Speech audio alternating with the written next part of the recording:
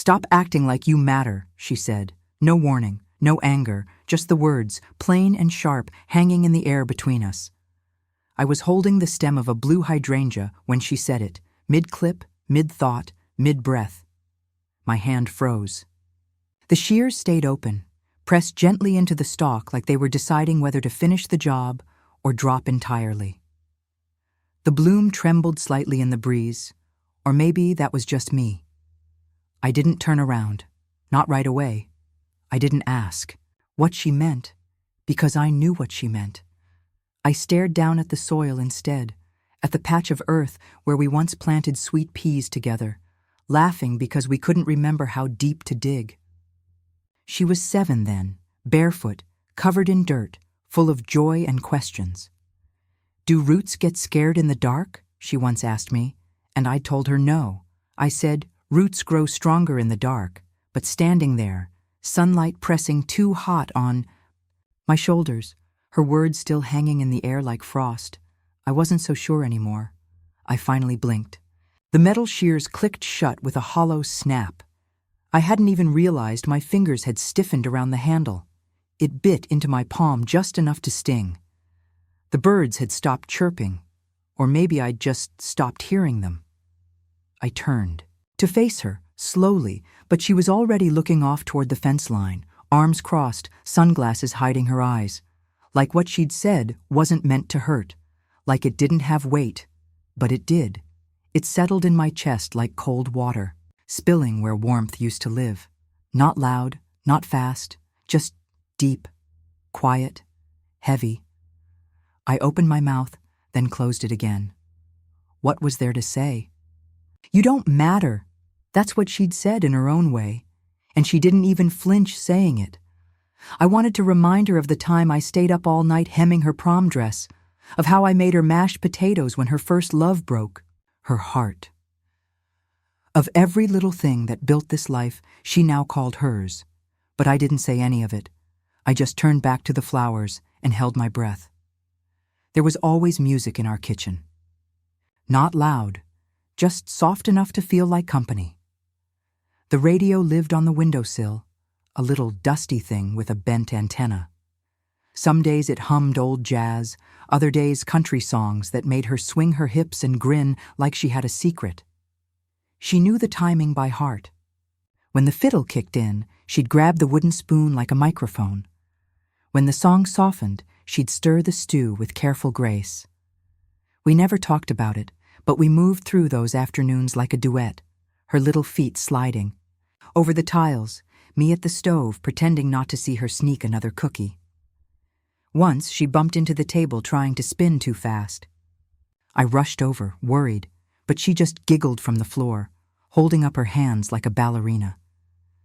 "I'm fine," she said. "It's part of the dance." And I believed her. It wasn't just routine. It was rhythm. It was love, tucked into the minutes between chores, a harmony between generations that didn't need words. I'd stir the pot, she'd grab the napkins, we'd hum the chorus together without thinking. Looking back, I think that's when I felt closest to her. Not in the big talks or the birthdays, but in the quiet music of ordinary days. Now the radio's silent. It still sits there, but the plug doesn't fit in the new outlets. And the kitchen? It moves without her. I was folding laundry on the couch, old towels mostly, when she walked by, chewing a pencil and watching me. She was maybe 9 then, just curious enough to notice the way my hands moved. "You fold like it matters," she said, sitting cross-legged on the rug. "It does matter," I answered, smoothing out the last edge with my palm. "People can feel care, even in towels," she tilted her head. "It's just laundry," I smiled. "Nothing's just anything, sweetheart." She shrugged and went back to her math homework, but I saw her glance back once more. That stuck with me. Years later, I watched her dump freshly dried clothes into a basket without thinking. Socks twisted into shirts, colors crumpled with whites. I wanted to say something, but I didn't. Maybe she didn't remember. Maybe she never understood. Still, I fold mine the same way. Smooth, even, gentle. Like someone might notice, like someone might feel the difference. It was subtle when things began to change. She stopped asking me to hem her skirts, to fix the seams that always unraveled on her favorite jeans. One day she just bought new ones instead. She started counting things I couldn't wrap in a napkin or bake into a pie. Dollars, likes, square footage. I offered my time, but time didn't fit on her spreadsheet. I remember one visit where she kept checking her phone between bites. She smiled when it buzzed, but never looked up when I spoke. That silence said more than any words ever could. She wasn't unkind, just busy, focused, like the world was moving too fast to stop and look at the stitches, at the details, at me and me. I started feeling like a beautiful old dish no one used anymore, still shiny, still whole, but tucked away, in the back of the cupboard, not broken, just not needed. My apron still hangs behind the pantry door. It's soft now, broken in by years of flour and soup steam and berry stains that never quite came out. Some days I still wear it, not for guests, not because anyone's coming over, just because. I'll tie it around my waist, open the window, and let the breeze stir the curtain while I whisk something into a bowl. The way I used to when she'd lean against the counter and ask if she could lick the spoon. Sometimes I catch my reflection in the oven glass, hair grayer now, face fuller, hands slower. But for a flicker of a second, I swear I see her there too. Spinning behind me, apron too big, cheeks dusted in flour, eyes full of joy. That's why I still wear it. Because in those quiet, warm moments, it feels like love never fully left. The room. The loaf was still warm when I pulled it from the oven. Golden, soft in the center, the edges just barely crisped. The smell of banana and cinnamon curled around the kitchen like a familiar lullaby.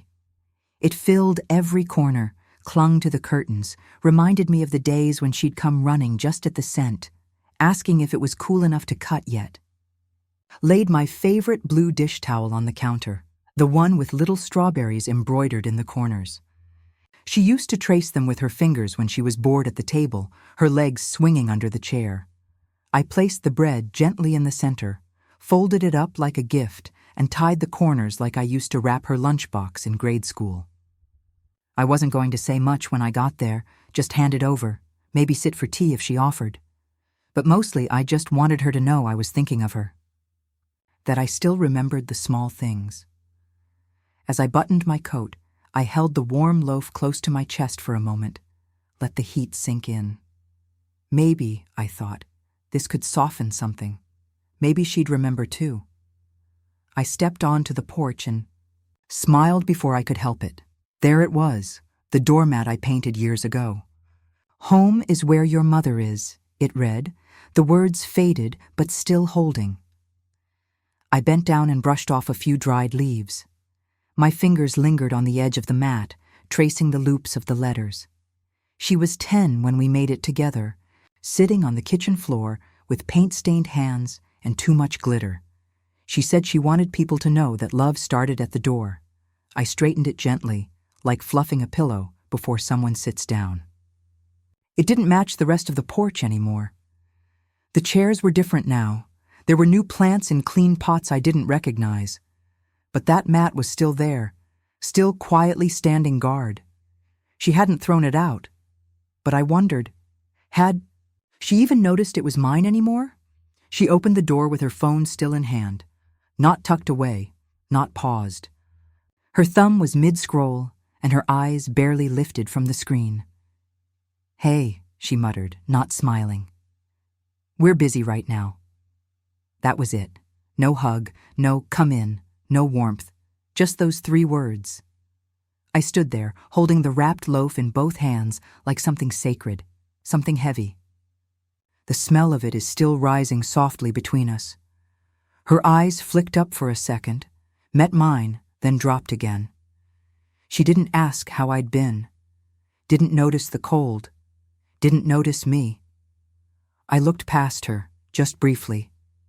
Her husband was in the kitchen, facing the other way, a plate in his hand. He didn't turn around. I cleared my throat, trying to make my voice steady. Brought something. Banana bread. She nodded, still half looking at her screen. You didn't have to. I know, I wanted to say. I know I didn't have to. But I wanted to. The silence stretched between us like fabric pulled too tight, still holding, but on the edge of tearing. I waited, hoping she'd put the phone down. She didn't.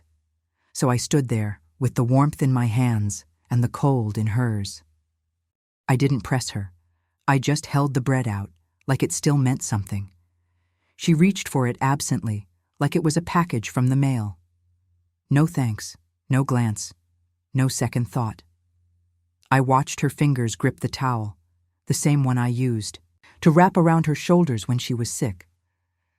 I wanted to tell her it was the same recipe I made when she had chickenpox, the one I baked in the middle of the night, singing softly to her through the kitchen door while she cried herself to sleep. But the words stuck somewhere behind my ribs.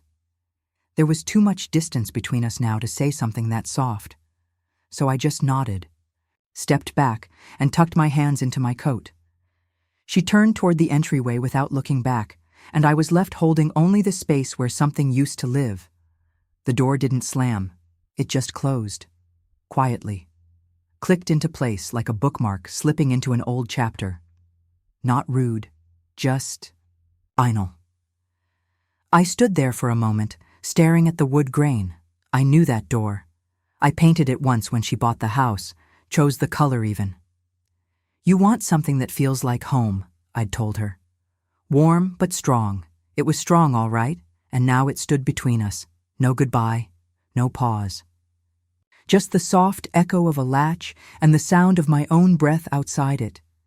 That's what hurt the most. Not the noise, but the quiet. Not being pushed away, just being forgotten to close behind. I walked home slowly, cradling the now empty towel in my arms. The breeze picked up, cool against my face, and I smoothed the creases with my fingers as I went. The sky looked like dishwater, gray, heavy, low. My footsteps echoed too clearly on the sidewalk. I didn't cry. I didn't even feel angry, just quiet, hollow. I kept thinking about that door, when it started closing, when we stopped meeting on either side of it. I used to believe love could survive anything. But now, I wasn't sure if love could survive forgetting. And maybe, in some ways, I'd closed a few doors too, without even knowing it. So I just walked, empty towel in hand, and a silence that stretched. All the way home, she said not to fuss. Just leftovers, she texted. So I didn't, but I still brought my own plate, the ceramic one she painted in second grade. The sunflowers were faded now, chipped at one edge, but I'd kept it all these years. I wrapped it in a soft towel and held it in my lap during the car ride, like something fragile, something still full of meaning. The dining room was dim when I arrived. The air smelled like reheated casserole, cheese, and something overcooked. She didn't say much when I came in, just pointed to the table and said, "Sit anywhere." So I placed the plate down in front of me, smoothing the towel around it, hoping she'd glance down and remember. Just a flicker. A smile. Some sign that the past still had a place at her table, but she didn't notice. Not the plate. Not the effort. Not me. Her phone buzzed just as I passed her the salt. It was sitting right there beside her plate, screen up, always waiting. She didn't even hesitate, just tapped it open mid-bite. I wasn't trying to look. I swear I wasn't. But the glow lit up half the table, and my name was right there at the top of the screen. Big and bold. My heart thudded in my ears. It was a group chat. She'd said something. I couldn't read the whole thing, just the start of the message, sitting there like a bruise in the light. The moment stretched. I handed her the salt with a smile I had to work for. She didn't look up, just kept chewing, scrolling with her thumb like nothing had shifted. But something had. Inside me. I looked down at my hands, at the little chip in the plate I'd brought, and suddenly it felt like I was the chipped thing. Small, old, easy to miss. She turned the phone slightly, and the message became clearer. I couldn't stop my eyes from catching it this time. She acts like this is her house. I sat still, absolutely still. My fingers clenched the edge of the plate just enough to leave little half-moon indents in my skin. She acts like this is her house. My house.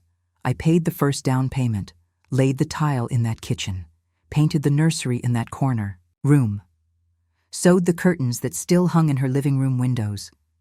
I remembered holding her through chickenpox in the hallway outside that very dining room. I remembered hiding birthday gifts in the crawl space. I remembered crying alone in the laundry room the day her father died so she wouldn't see me break. And now? Now I was the act, a performance, a guest in the home I once kept warm with my own 2 hands. The clock on the wall ticked louder than it should have. My mouth went dry. The casserole turned cold on my fork. She didn't even notice. Her husband chuckled a few moments later. I don't know what he read. Maybe the same message. Maybe something else.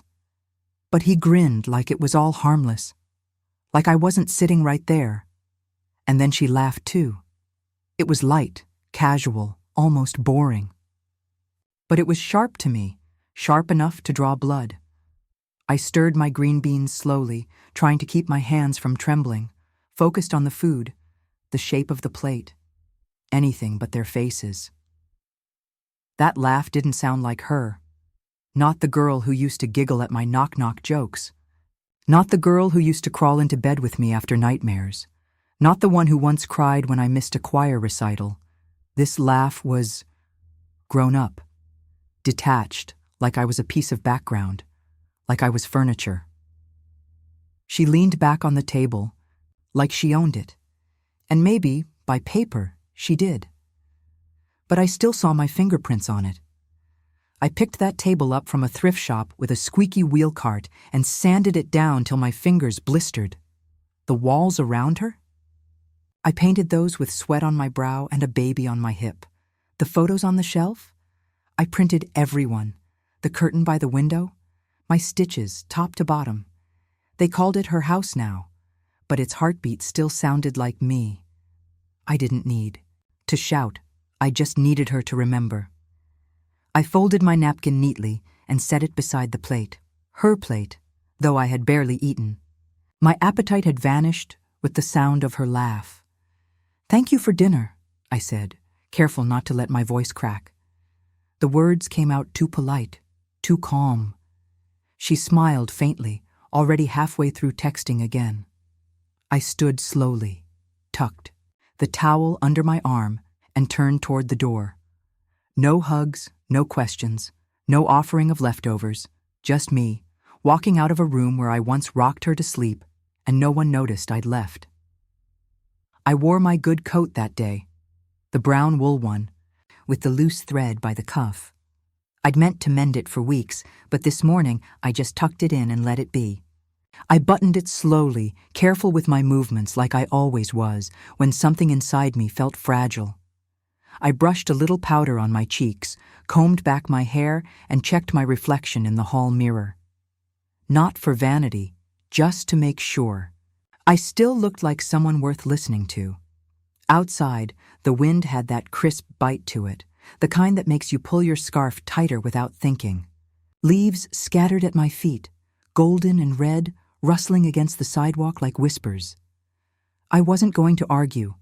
I wasn't going to cry. I just needed to check on something that had started to ache again, like an old scar flaring up in the cold. So I walked, steady, quiet, shoulders back. Not because I felt strong, but because sometimes you hold yourself tall when the world might try to make you small. And this was about more than a deed. It was about being seen. The moment I stepped inside the bank, I knew things had changed. It didn't smell the way I remembered, not like dust and coffee and carpet cleaner.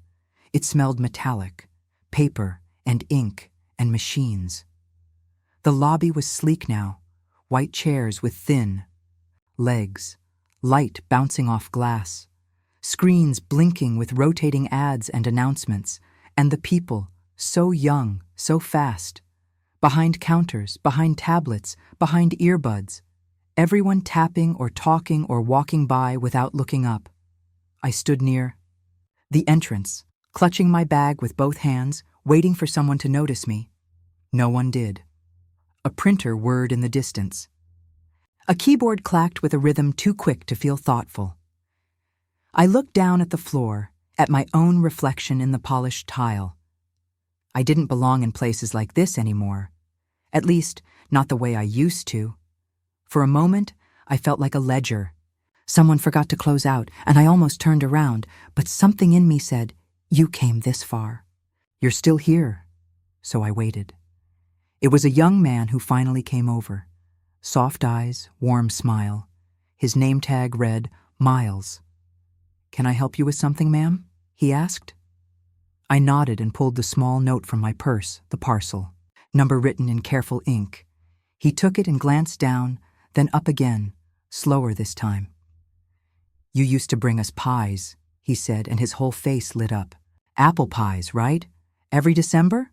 I blinked, caught between then and now. "I did," I said, voice barely above a whisper. "You always brought two," he added. "One for the staff and one for the customers. We'd fight over the crust." A laugh almost escaped me. I hadn't thought about those pies in years. But he had.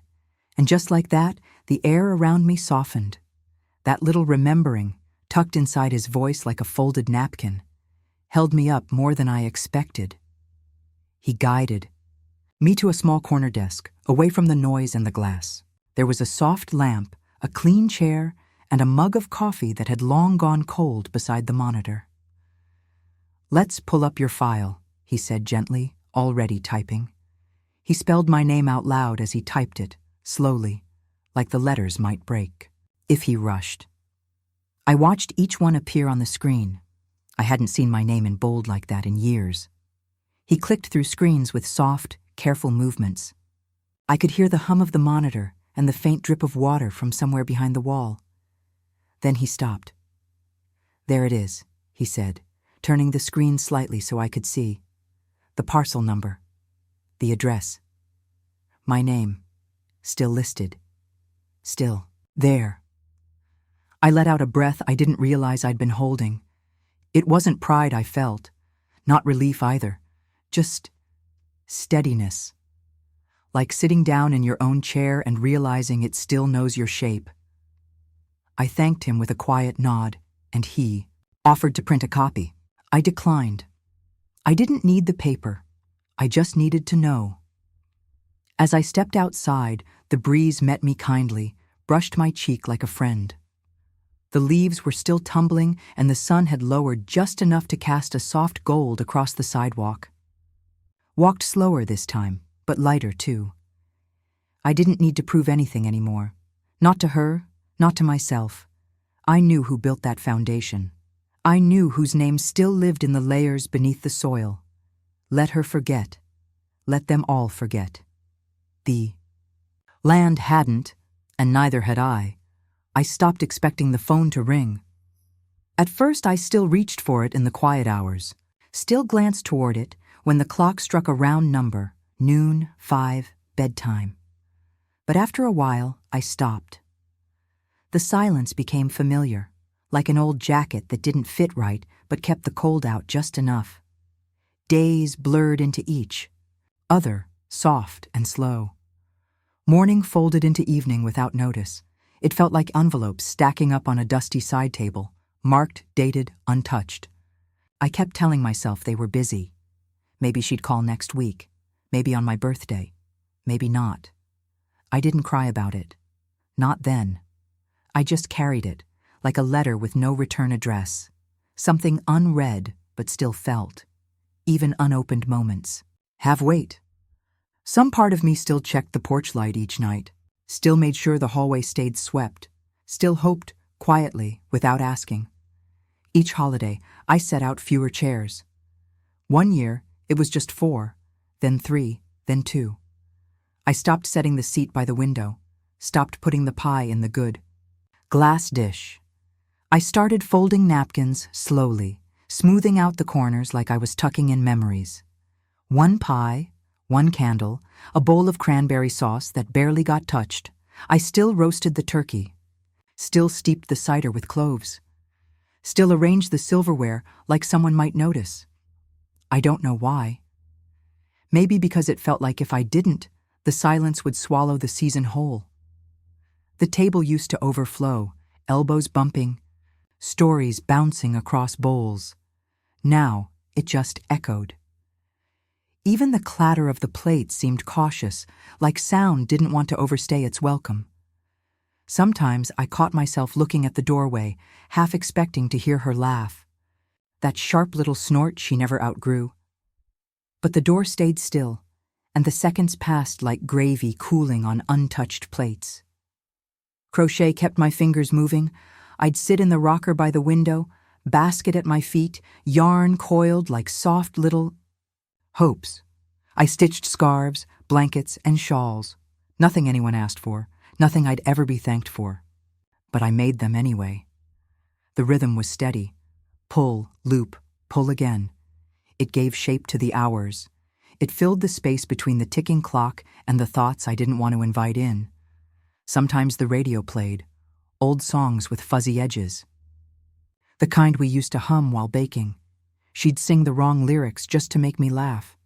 Now I hummed them alone, just under my breath, off-key and quiet.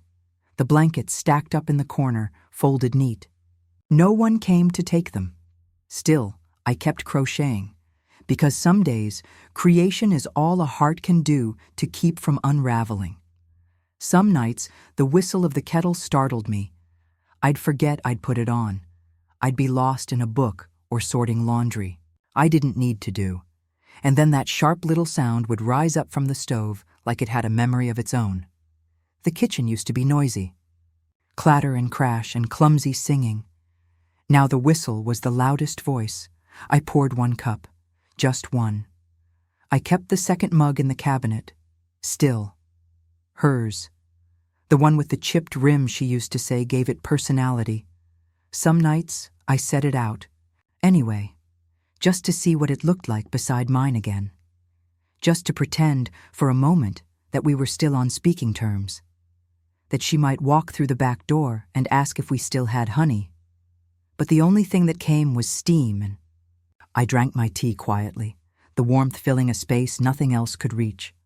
I slept lightly in those years, light enough to hear the wind shift. Some nights I dreamed about old holidays, ones we never got to finish. Once, I wished I could rewind and do something softer. I kept a notebook by the bed, just a small one. Inside, pages waited for the things I wanted to say if she ever called. The things that couldn't be sent in a letter. Things I didn't want to forget how to say. The pages stayed mostly blank, but I checked the pen every night, just in case. The doorbell rang softly, just once. Not urgent, not hurried. More like a memory knocking gently, asking if it could come. I was wiping my hands on a dish towel, cinnamon and apples still thick in the kitchen air. The pie had just come out of the oven. I peeked through the lace curtain by habit, expecting a delivery or maybe a neighbor. But it was her, taller now, but with that same tilt of curiosity in her head. My granddaughter. I hadn't seen her in a while.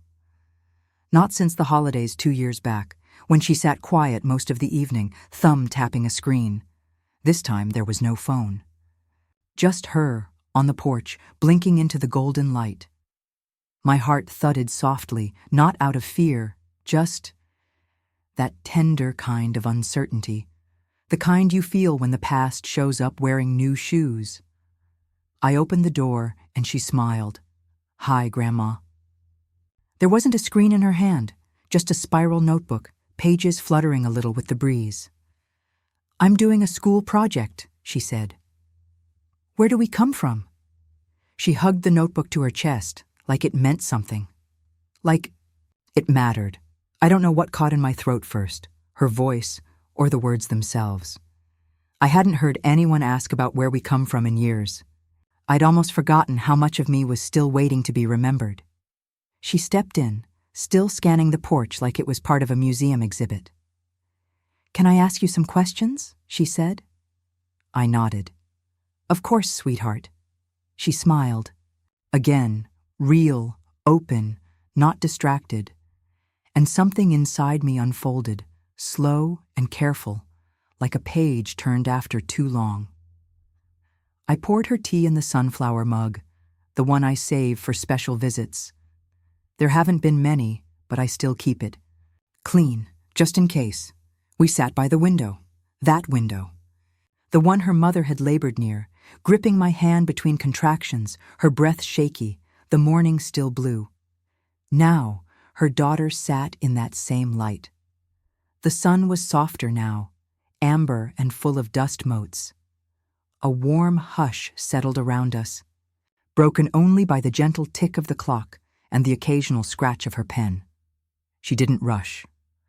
She asked her questions with a careful kind of joy, like each answer was a gift, and I gave them, slowly, gently. The way you unwrap old things with trembling fingers. She asked about the aprons I used to wear, the farmhouse, how I met her grandfather. She wanted to know about the oak tree out back, the one her mother used to climb barefoot in the summer, the one with our initials still carved into its bark, faint but proud. She asked about the year the well dried up, about the fire that nearly took the shed, about why we stayed when so many others left. Her questions came like spring rain, gentle but steady. And they fell on parts of me I hadn't realized were dry. With every answer, I saw something flicker in her eyes. Not pity, not politeness. Understanding. I don't know if her mother ever told her these things. Maybe she forgot. Or maybe she never asked.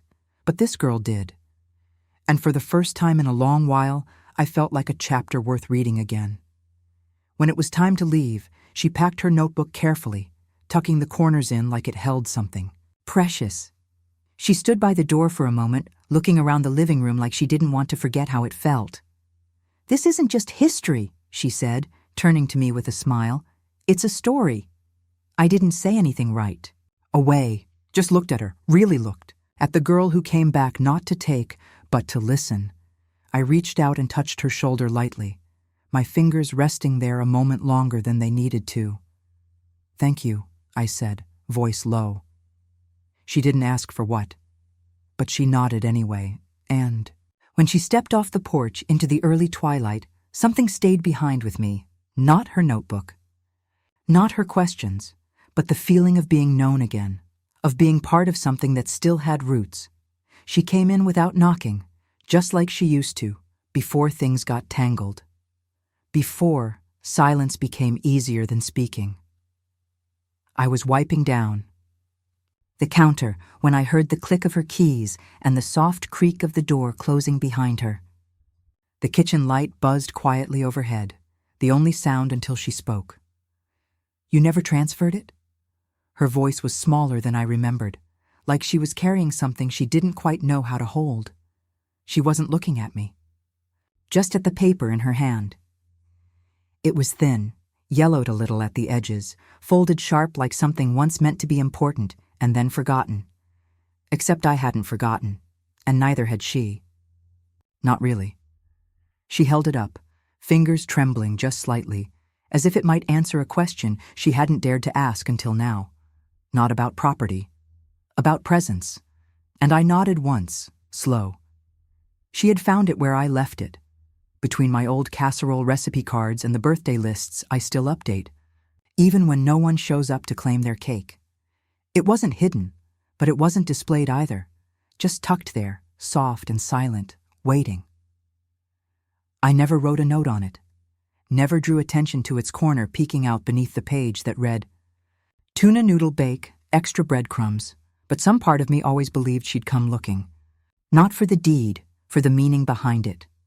I folded it gently every time I came across it.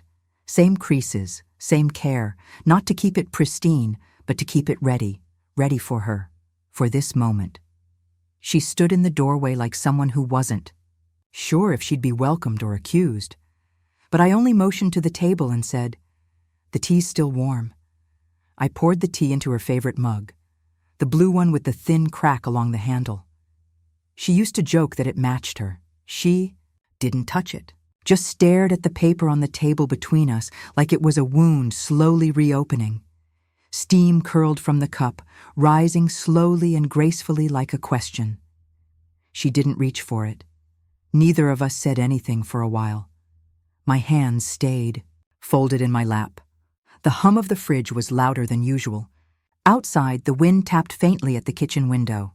But inside, it was still.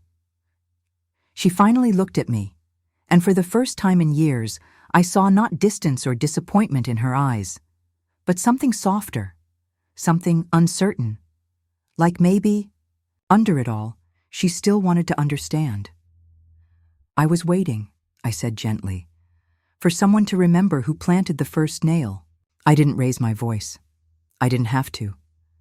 I looked at her across the table, at the woman she'd become and the girl she used to be, all of it layered like wallpaper that had never fully peeled away. "This house," I said, glancing around, "wasn't built with lumber alone." I didn't mean it to sound poetic, but the truth always has a rhythm when it's finally spoken out loud. I left the paper there because I wasn't trying to hold on to something. I was hoping someone would look close enough to know what it stood for. She said nothing. But her shoulders lowered, her jaw softened, her grip on the paper loosened. That silence said more than any apology could have. I sipped my tea. It had gone cold, but it still tasted like peace. She didn't argue. She didn't explain or try to rearrange the past with tidy sentences. She just sat back in the chair her father once fixed, the one that wobbled until he glued the leg and tightened. The screw she always used to kick with her heel. She looked at the grain on the table, the chipped paint on the windowsill. She saw it. Not just the room, but the years inside it, the echoes. Her hands, once clenched, were open now. Not reaching, not retreating, just still. And for the first time in so long, I didn't feel like a chapter she had closed. I felt like the prologue she had finally decided to read. Her eyes lifted again. This time they didn't dart away. She saw me, not as a relic, not as an obstacle, as the root. She didn't say, "Thank you." She didn't need to. She stayed. That was enough. I settle into the porch swing most evenings, the one James built with hands that were rough but gentle, always smelling of pine and soap. He used too many screws, like always. Said it would keep us safe longer that way. The swing remembers me.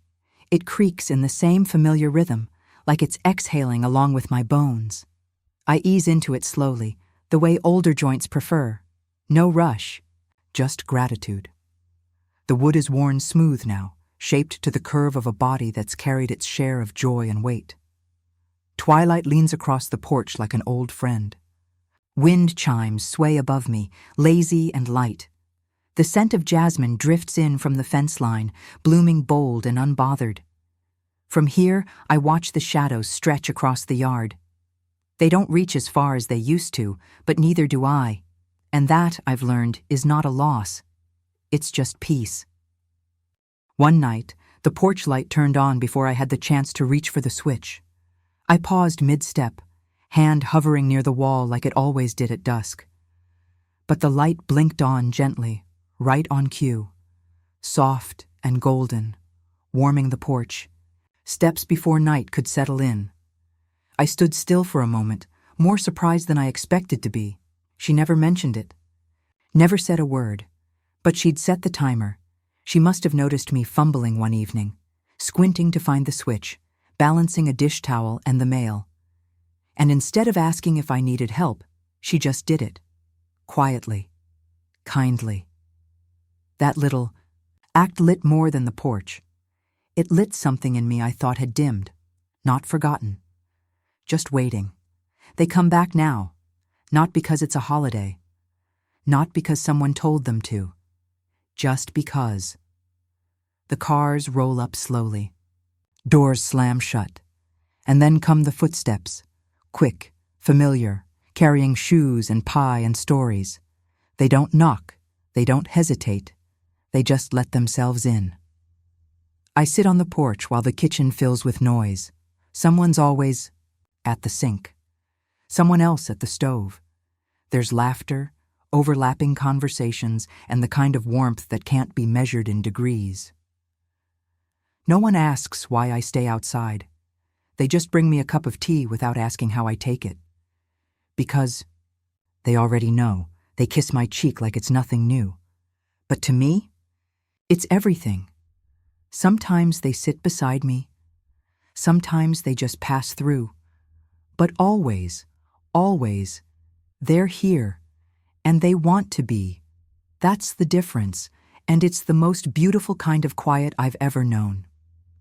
Sometimes I glance down the hallway and see the shine on the floorboards, and I remember the vinegar, the rag, the soft burn in my knees as I scrubbed between the grooves with hands that smelled of lemon and worry.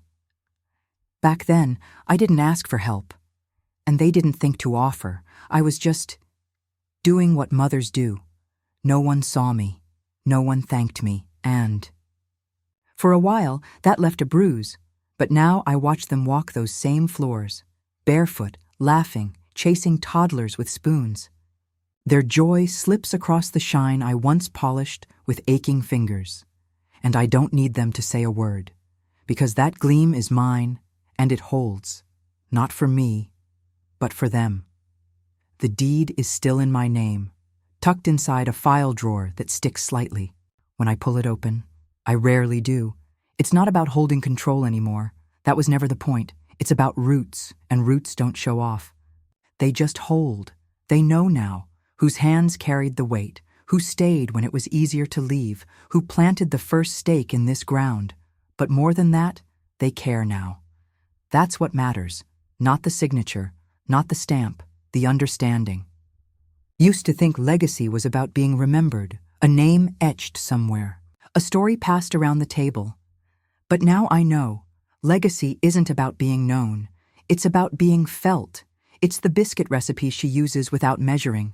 It's the porch light that comes on, even when no one says a word. It's the laughter that rises from a floor you once scrubbed. It's jasmine on a spring breeze, the creak of a swing that still fits your shape. A name spoken gently across generations. That's all I ever wanted, not a statue. Just this breath of night. This hush of belonging and a porch light that still knows my name.